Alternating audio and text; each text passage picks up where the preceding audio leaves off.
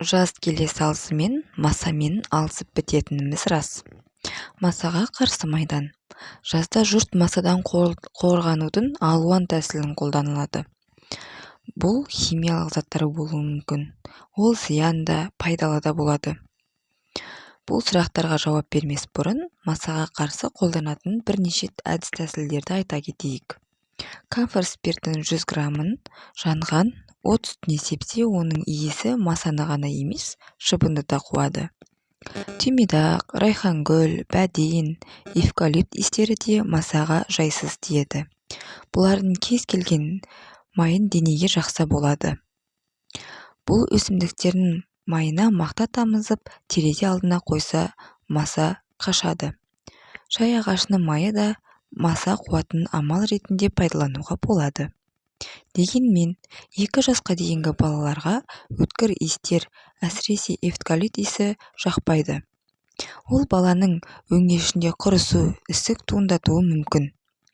Аса қажет болып бара жатса, ароматтық лампаға тек бір тамшысын ғана тамызуға болады. Егер балаға жайсыз әсер етпесе, оның мөлшерін еселеуге де болады. Егер маса жақса, қышынудың ас содасын ерітіндісімен су қосылған мүсәтір спиртімен марганцовканың әлсіз қызыл ерітіндісімен сүртсе, қышыну басылады. Ал шаққан жерді қатықпен, айранмен майлап қойса болады. Қышыну мен ашып ауырсынуды жол-желкен, жалбыз, петрушканың аздап умаждалған жапырағын жағып та басуға болады.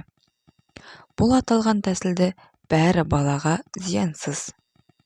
Ал егер электр қуатымен жұмыс істейтін фумигаторлардың сұйықтығы таусылса, оның босаған ыдысына эвкалиптің 100% сығындысын құйып қоюға болады.